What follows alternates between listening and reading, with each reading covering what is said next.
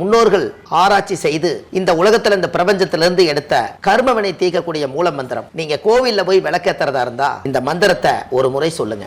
முற்பிறவியில செய்த பாவங்கள் எப்பிறவிக்கும் தொடராமல் இருக்க இப்பிறவியிலேயே என் தந்தை வழியில் வந்த கர்மாவினை, என் தாய் வழியில் வந்த கர்மாவினைகள், என் தாயுடைய கர்ப்பத்திலிருந்து நான் இந்த பூமிக்கு கொண்டு வந்த கர்மாவினைகளும் இன்றோடு நிவர்த்தியாகட்டுன்னு 5 தீபம் விளக்கேத்தி சாமிக்கு தேங்காய் வளம் பூ மாலை கல்கண்டு வாங்கி அர்ச்சனை பண்ணி உங்க ஜாதகத்தை கொண்டு போய் சாமி பாதத்துல வச்சு இன்னையோட எனக்கு எல்லாம் நல்லது நடக்கும்னு மனசார கும்பிட்டு வாங்க. வாழ்க்கையில அசுர வளர்ச்சிக்கு வந்து.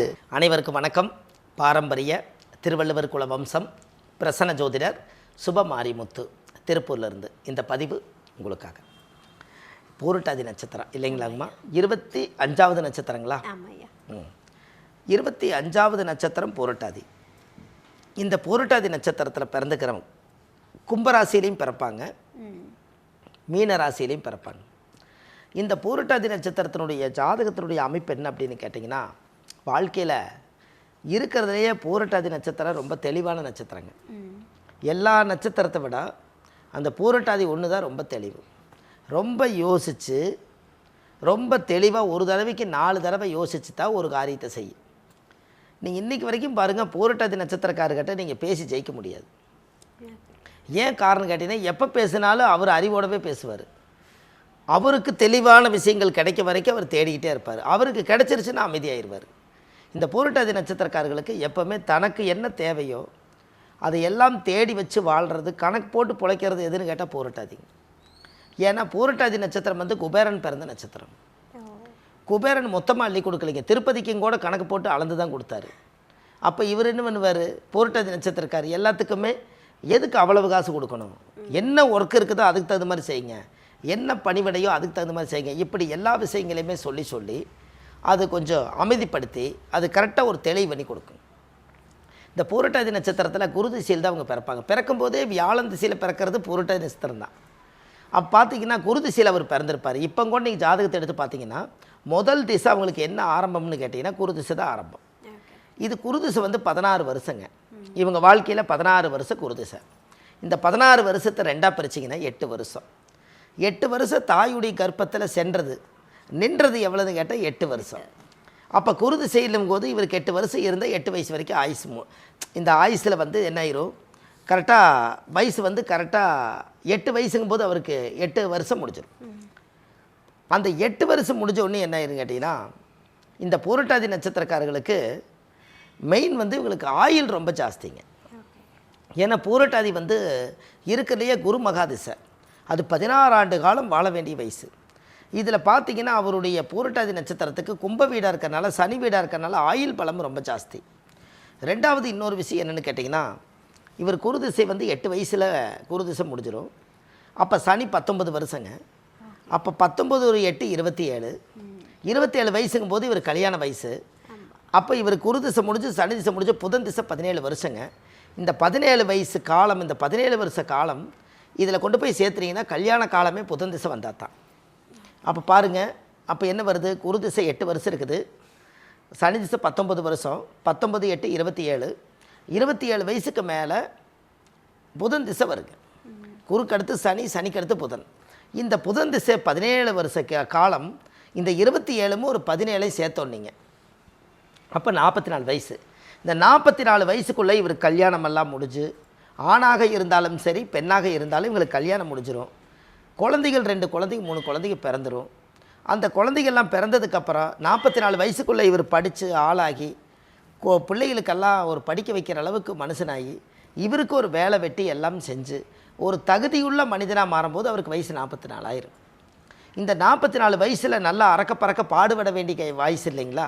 இப்போ போய் குபேரன் தூங்குன மாதிரி தூங்குனாருன்னா இவருக்கு எல்லாமே ரயில் போயிரும் இல்லைங்களா? அவர் பெரிய இலக்கு அடைய முடியாதலைங்கன்னு சுறுசுறுப்பாக இருந்து டயத்தை வேஸ்ட்டு பண்ணாமல் சோம்பேறித்தனம் இல்லாமல் வாழணும்.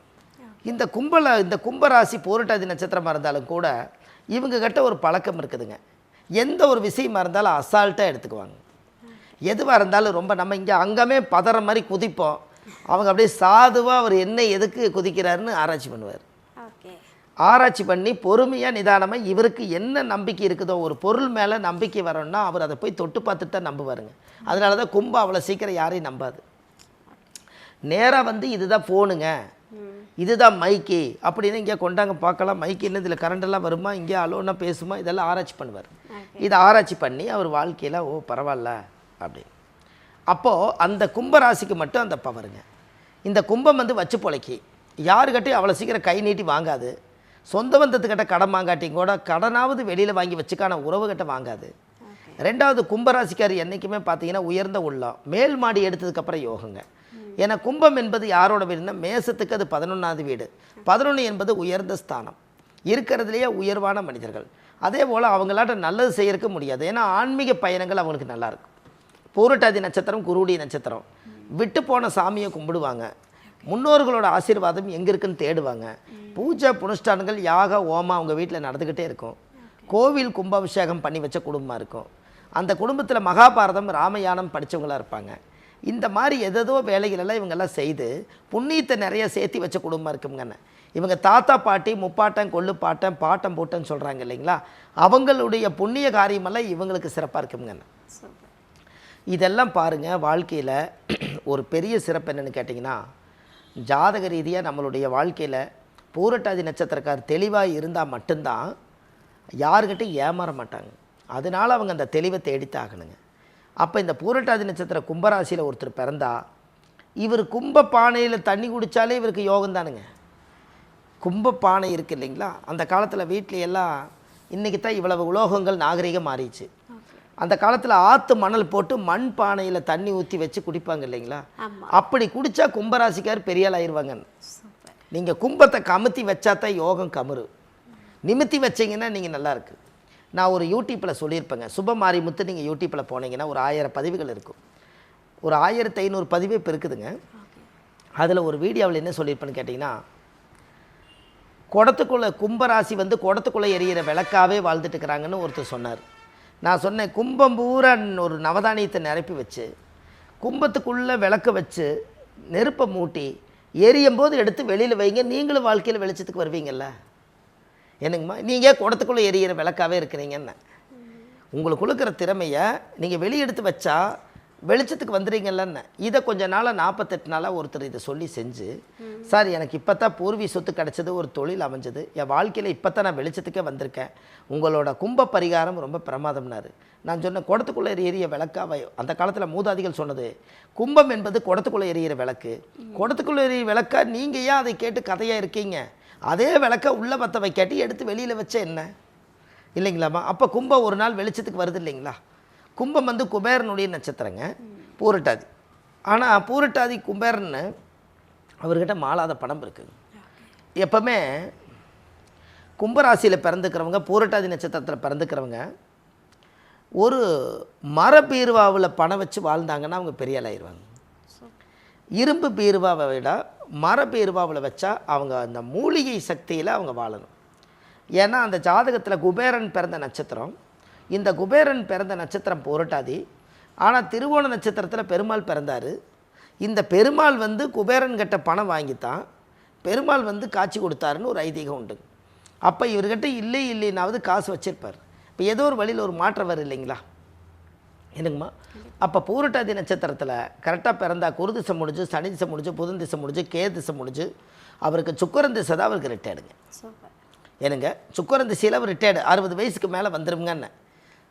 அப்போ குரு வந்து ஒரு 8 வருஷம், சனி ஒரு 19, 19 8 27, புதன் ஒரு 17 44, கேது ஒரு 7 51, அப்போ கேது ஒரு 7, சுக்கரன் ஒரு 20ங்க. கிட்டத்தட்ட பார்த்தீங்கன்னா 50 ஒரு 70 வயசு வரைக்கும் அவருக்கு சுக்கரன் திசை யோகம்ங்கன்னு. அப்போ அவருக்கு சுக்கரன் திசை எப்போ வருது? 50 வயசுக்கு மேலே தான் வருதுங்கன்னு. அப்போ இந்த 50 வயசுக்கு மேலே அவர் கண்டிப்பாக ஒரு இடந்தடம் வாங்கி வீடு வாசல் கட்டி ஒரு தொழில் அமைச்சு அசுர வளர்ச்சிக்கு ஒரு யோகம் ஒரு முறை கடவுள் கொடுத்தே தீர்வார். அதுக்கப்புறம் பாருங்கள், அவங்க வாழ்க்கையில் ஒரு பெரிய மாற்றம் உருவாயிரும். அவங்க லைஃப்பில் நிறைய விஷயங்கள் நல்லது நடக்கும். நிறைய பேருக்கு அவங்க தர்மம் பண்ணாங்கன்னா கர்மங்கள் குறையுமா. தர்மம் நிறைய பண்ணணுங்க. இந்த பூரட்டாதி நட்சத்திரத்தில் கும்பராசியில் பிறந்தாலும் பானைக்குள்ளே காசு வச்சாலும் அவங்க பெரிய ஆளாயிருவாங்க. என்னங்கம்மா, கும்பம் அன்பு பானை, பானைக்குள்ளே காசு வச்சுருந்தாலும் அவங்க பெரிய ஆளாயிருவாங்க. அப்போ இதெல்லாம் ஜாதகத்தில் வந்து இவ்வளவு தூரம் நல்லபடியாக போகிறதுக்கு என்ன காரணம்னா இதெல்லாம் முன்னோர்களுடைய ஆசீர்வாதங்க. அப்போ இதில் என்னென்னுங்க, பூரட்டாதி நட்சத்திரத்துக்கு ஒரு கோயில் கொடுக்குறேங்க நான். ஓகே. கண்டிப்பாக இந்த கோயில் வந்து எதுக்கு அப்படின்னு கேட்டிங்கன்னா, இந்த கோவில் வந்து அந்த கோயிலுக்கு போய் சாமிக்கு 5 விளக்கு தீபம், சாமிக்கு தேங்காய் பழம் மாலை கல்கண்டு வச்சு பூஜை பண்ணி சாமி கும்பிட்டு வந்தாங்கன்னா அவங்க வாழ்க்கையில் ஒரு அசுர வளர்ச்சி இருக்கும். சூப்பர். ஆமாம், இதெல்லாம் நம்ம கண்டிப்பாக செய்யணுங்க. பூரட்டாதி நட்சத்திரம் வந்து 25வது நட்சத்திரங்க. ஆமாய்யா. 25ங்கிறது என்னென்னா 5, 2, 7. 7ஆம் நம்பர் என்பது கேதுவோட ஆதிக்கம். இந்த கேதுவோட அம்சம் வந்து ஜாதகத்தில் இருக்கிறனால அவங்களுக்கு இந்த ஆன்மீகத்தை விட்டு வெளியே வர முடியாது. பூரட்டாதி நட்சத்திரத்தில் யாராவது பிறந்தா பாருங்கள், வியாழன் திசையில் முதல்ல குரு திசையிலே சுபமான திசையில் பிறப்பாங்க. அவங்க பிறந்ததுக்கு அப்புறம் தான் அந்த வீட்டுக்குள்ளே வந்து இடம் வாங்கிறது, சொத்து சோகம் அமைக்கிறது, வீடு வாசல் எல்லாம் கட்டி வைக்கிறது, நாம்பி பிடிச்சி வாழ்கிறது, இந்த வேலைகள் எல்லாமே ஜாதக ரீதியாகவே நம்மளுக்கு எல்லா யோகம் வேலை செய்யும்.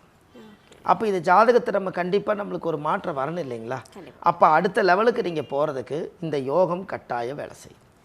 ஆமாம், இது நீங்கள் கண்டிப்பாக செய்யுங்க, ஒரு பெரிய மாற்றம் உருவாயிடும். சூப்பர். அதாவது வந்து கும்ப நட்சத்திர நேயர்களுக்கு வந்து நீங்கள் இப்போ எதிர்காலம் எப்படி இருக்குன்னு சொல்கிறது இல்லாமல் என்ன பண்ணுன்னு அடுத்த கட்டத்துக்கு நீங்கள் போவீங்க அப்படின்ற ஒரு அழகான தெளிவாக ஒரு கும்பத்தில் இருந்த விளக்க வச்சே ரொம்ப எளிதாக புரிய வச்சுருக்கீங்க. ஸோ கண்டிப்பாக நீங்கள் சொன்ன விஷயம் வந்து நம்ம கும்ப நட்சத்திரக்காரர்களுக்கு ரொம்ப பயனுள்ளதாக இருக்குது. சரி, இப்போ வந்து பூரட்டாதியை பற்றி நம்ம நிறைய விஷயங்கள் நீங்கள் சொன்னீங்க. இப்போ அதுக்கு வந்து ஒரு அழகான உதாரணமும் சொன்னீங்க. கும்பத்துக்கு உள்ளே இருந்தால் அந்த விளக்கு வந்து கும்பத்துக்குள்ளேயே தான் எரியும், எடுத்து வெளியில் வச்சு பாருங்கள், அப்போ தானே வாழ்க்கை பிரகாசமாக இருக்கும். ரொம்ப அழகாக சொல்லியிருக்கீங்க. இது வரைக்கும் யோசிக்காதவங்க கூட இந்த பதிவை பார்த்ததுக்கு அப்புறமா யோசிப்பாங்க நம்புறேன். சரி, ரொம்ப நன்றி. ரொம்ப நன்றிங்கம்மா, வணக்கங்க. ஐயா, இப்போ வந்து பூரட்டாதி நட்சத்திரத்தை பற்றி நிறைய விஷயங்கள் கொடுத்தீங்க நம்ம நேயர்களுக்காக.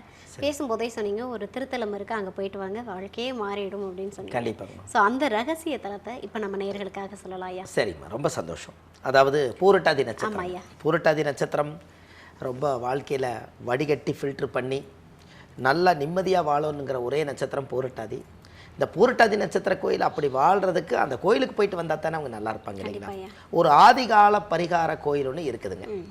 இந்த ஆதிகால பரிகார கோவிலில் என்ன அப்படின்னு கேட்டிங்கன்னா, திருவையாறு பக்கத்தில் ரங்கநாதபுரம், அதாவது திருவையாறு பக்கத்தில் ரங்கநாதபுரங்கிற பக்கத்தில்